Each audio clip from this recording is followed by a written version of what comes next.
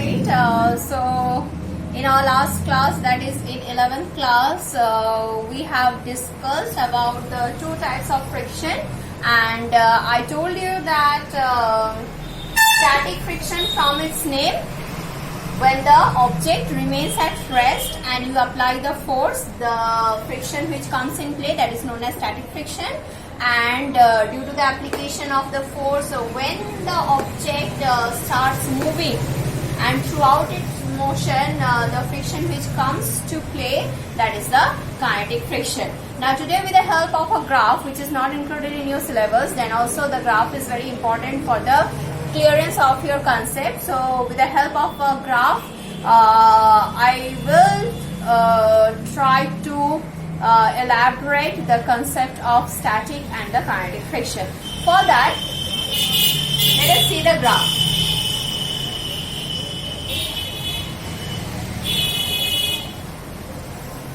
So on y-axis, this is x-axis and this is y-axis. On x-axis, we are expressing the applied external force.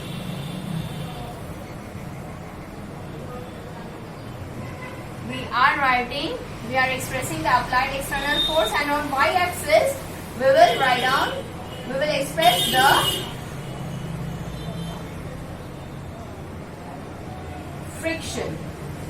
frictional force. Now we will see, with the application and increase of the external applied force, how the frictional force develops and increases or changes from static to kinetic in the process. Okay, so when no force has been applied, then the frictional force on the object which is at rest is 0. Now suppose we have applied this amount of force, then the frictional force will also increase and will oppose the applied force. So in this way, when you will keep on increasing the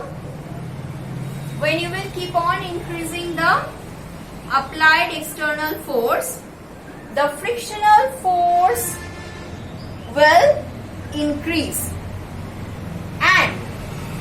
But during this portion,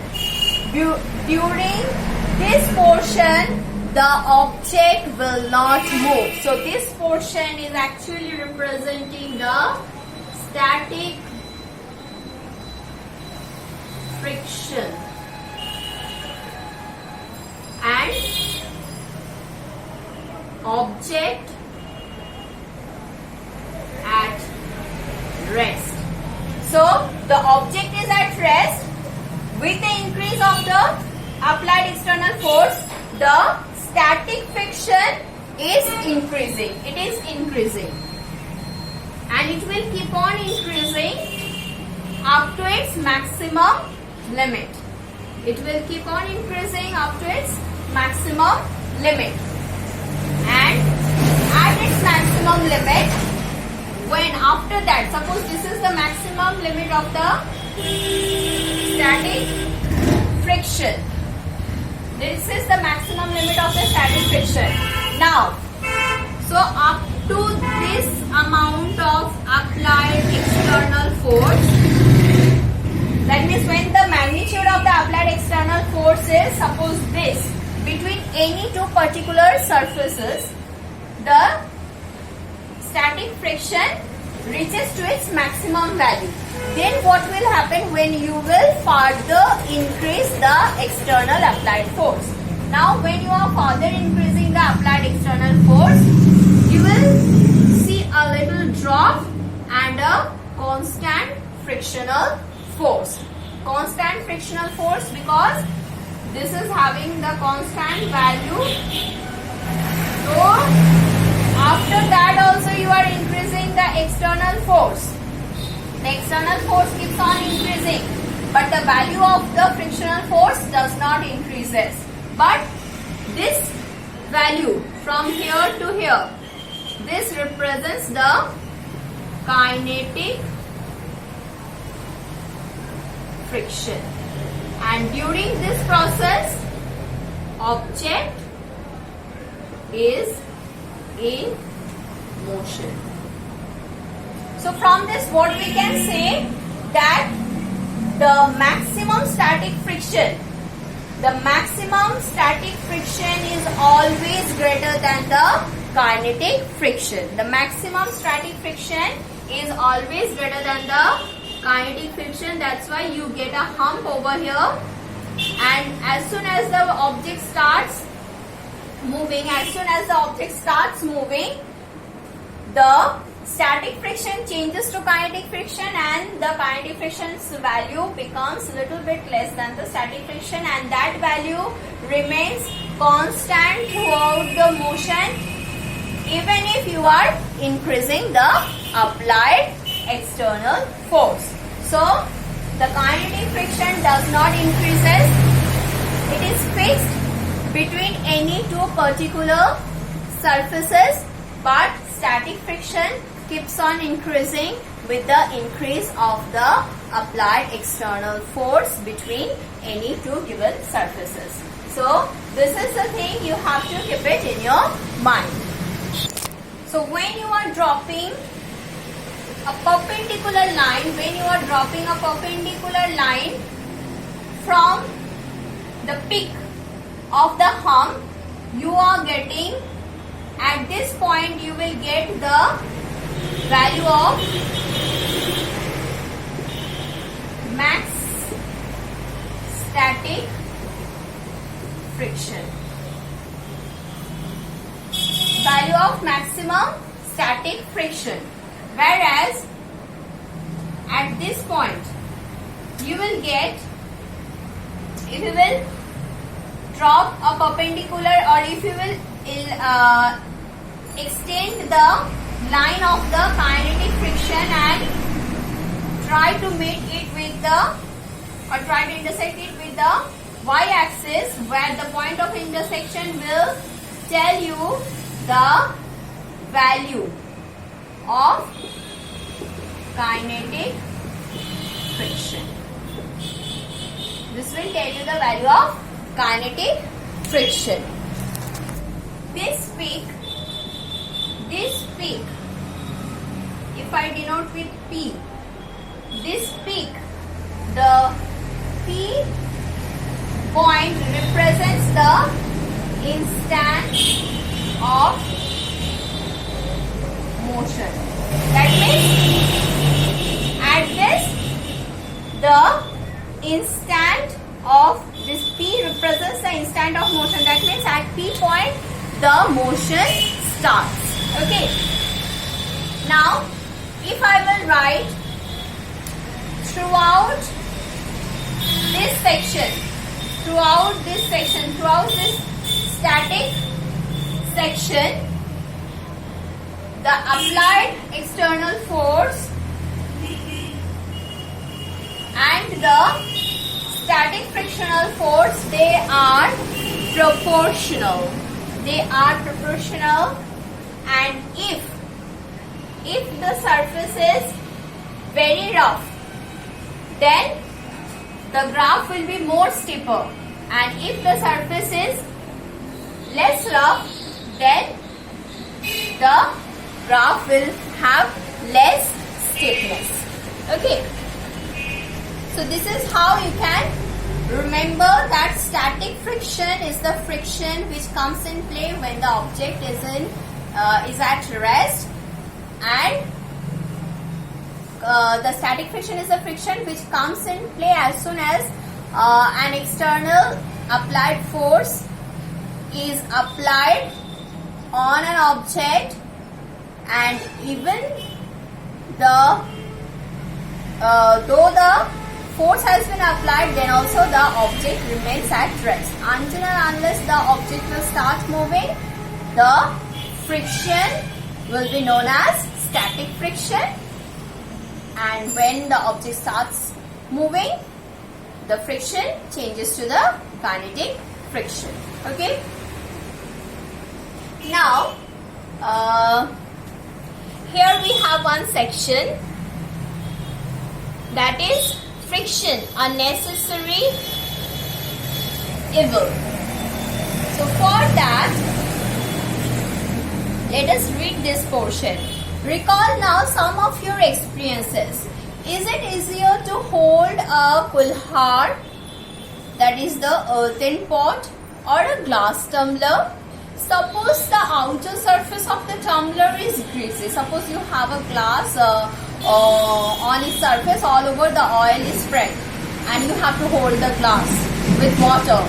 Then what will happen? It will slip off from your hand. So suppose the outer surface of the tumbler is greasy or has a film of cooking oil on it. Would it become easier or more difficult to hold it? Just think. So obviously it will become more difficult.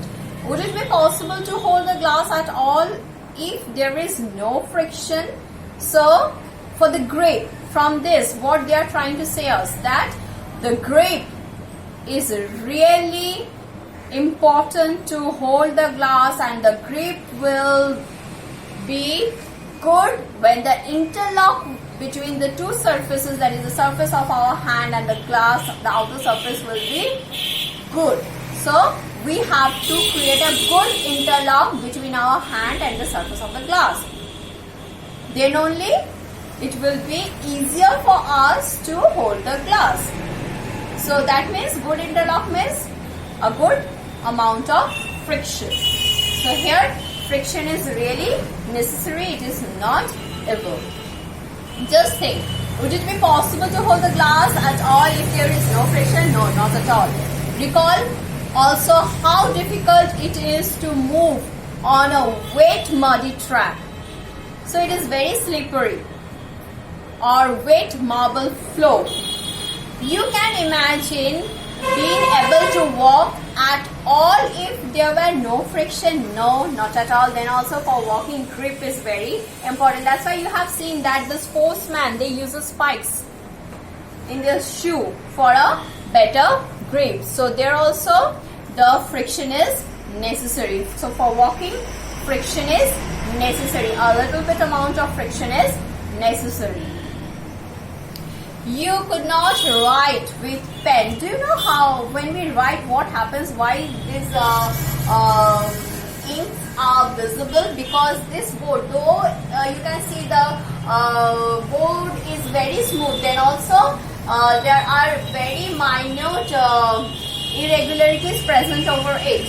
And when I am writing, the ink are getting trapped in those irregularities. So that's why the writing is possible. If it becomes very smooth, suppose a butter paper, it becomes nearly impossible to write. But as we know that none of the surface, we cannot make any surface free from friction. That means we cannot remove all the irregularities present on the surface. So that's why with a hard effort we can write a little bit on them. But for writing, for easier writing, a good quality paper which has a good amount of roughness in it is preferable. Okay. So you cannot write with pen or pencil if there were no friction. When your teacher is writing with chalk on the blackboard, you have seen the chalk dust comes out because of the friction. So it's a rough surface, rub off some chalk particles which stick to the blackboard. Would it happen if there were no friction between the chalk and the boards? Then the writing would have been not possible. If an object starts moving, it would never stop if there were no friction. That is what I was telling you when I have started the friction in my previous class. Had there been no friction between the tires of the automobile and the road? Yes, there are.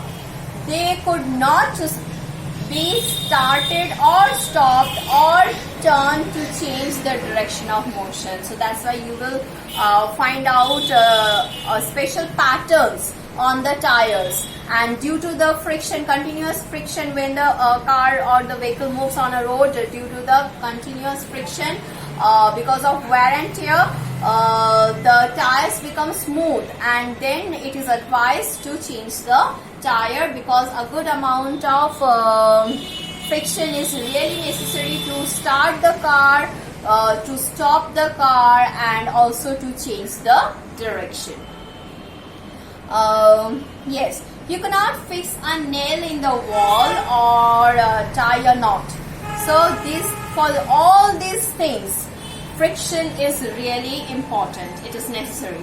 Without friction, no building could be constructed. Yes, there wouldn't have been any interlock, so you cannot fix the bricks one after another with the help of the cement.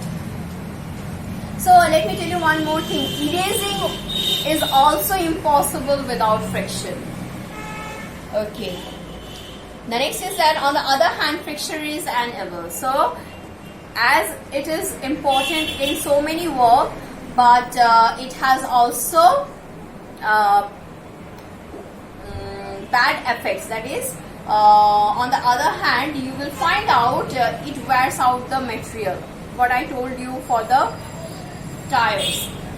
So it wears out the material, whether they are screws, ball bearings, or sole of your shoe.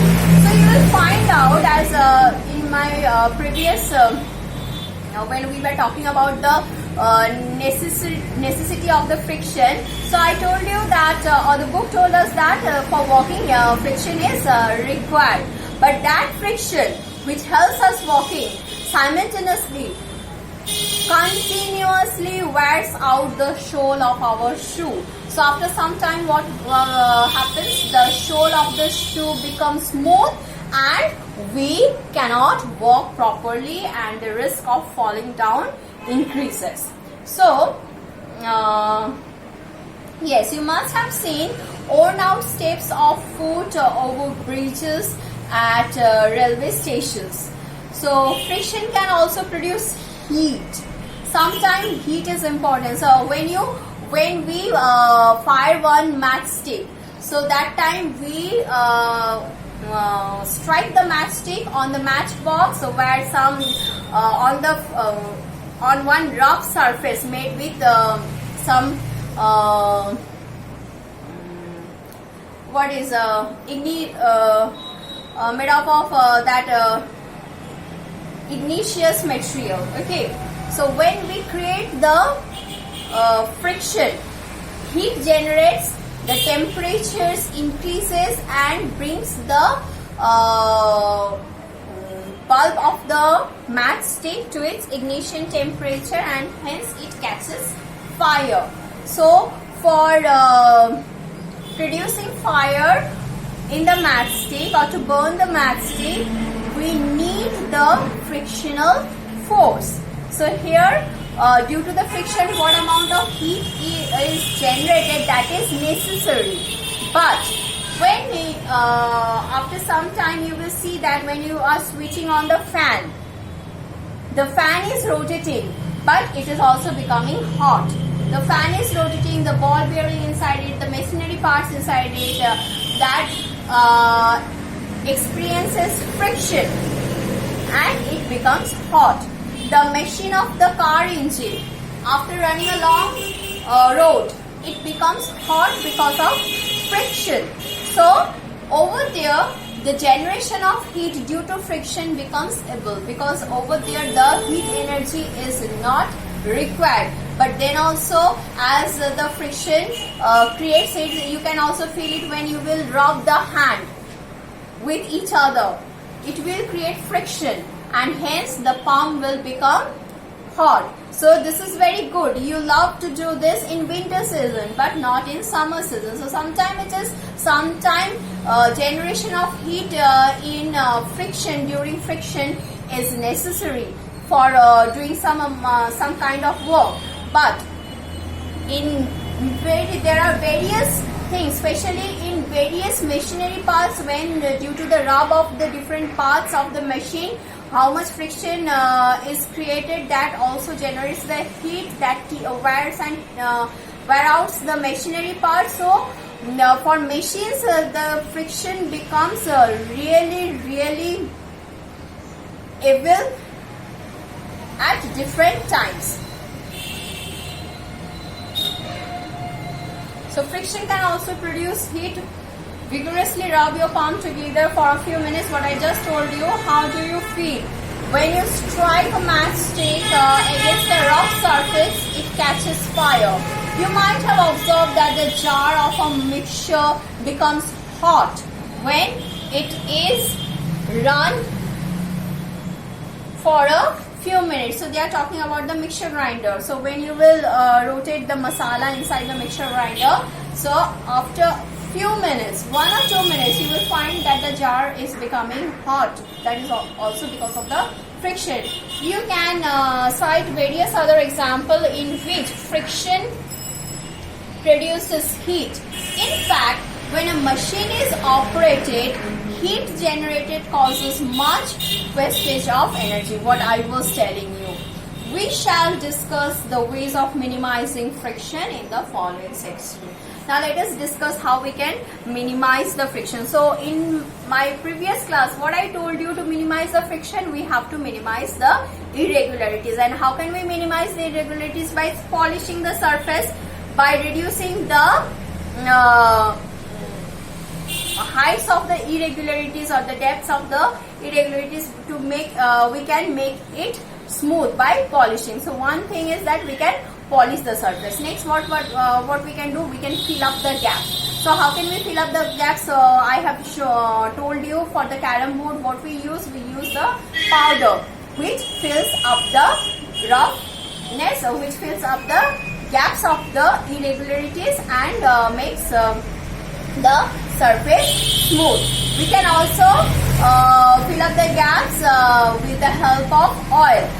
In carom, it is not advisable, well, the powder is enough, but for machinery, in your bicycles, in your automobiles, what we do, we apply the grease, we apply the oil to run the machinery, different parts of the machinery smoothly, to reduce, by reducing the friction. So when we are putting oils or the grease in the irregularities of or in different portion of the machineries, so when they are moving against or over each other, they will feel less friction and less amount of heat energy will be generated, and which will help us to preserve the energy. Because how much energy we are using to run that machinery, if the maximum part of the input energy will be lost in the heat energy, then we won't get a good amount of output energy. Suppose a fan.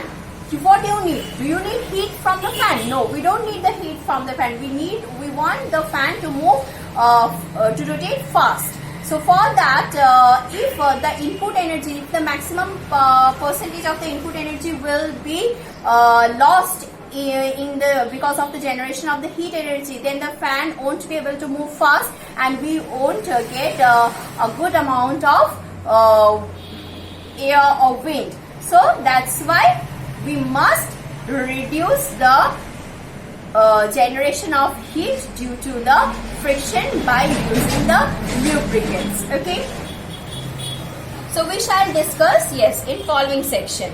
So let us see what they are telling us. Increasing and reducing friction. So I have already told you that how we can reduce the friction by polishing, by using the lubricants. And sometimes we also need to increase the friction. Suppose the soles of the shoe, they should have the special patterns in them, then only we can get a good grip. And as well as the sportsman, they uses the spike boots, so that also help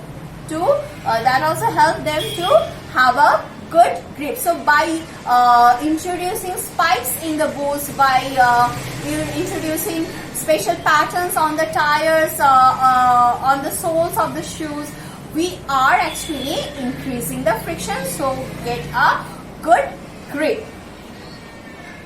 So as you have seen in the previous section, friction is desirable in some situation.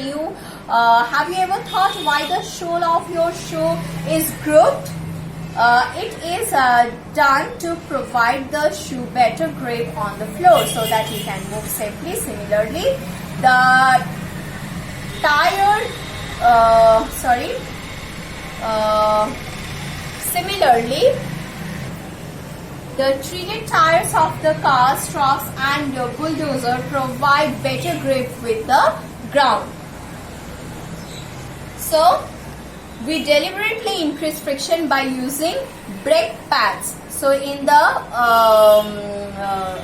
your bicycle, you will see the brake pads are there, made of rubbers. In the brake system of bicycle and automobiles also you will find that. Nowadays disc brakes are also there. When you are riding a bicycle, the brake pads do not touch the wheel, but when you press the brake lever, these pads arrest the motion of the rim due to the friction. The wheel stops moving. You might have seen that the kabaddi players rub their hand with the soil of a better for a better grip of their opponents. Gymnasts apply some coarse substance on their hand to increase the friction for better grips. So these are the ways how you can increase the grips. But to reduce the friction, you can use friction. Oil, grease or graphite is applied between the moving parts of the machine. A thin layer is formed there and moving surfaces do not directly rub against each other. Interlocking of the irregularities is avoided to a great extent. Movement becomes smooth. The substance which reduce friction are called lubricants. So what are lubricants? Lubricants are the substance which reduces the friction by filling up the gaps in the gaps of the irregularities.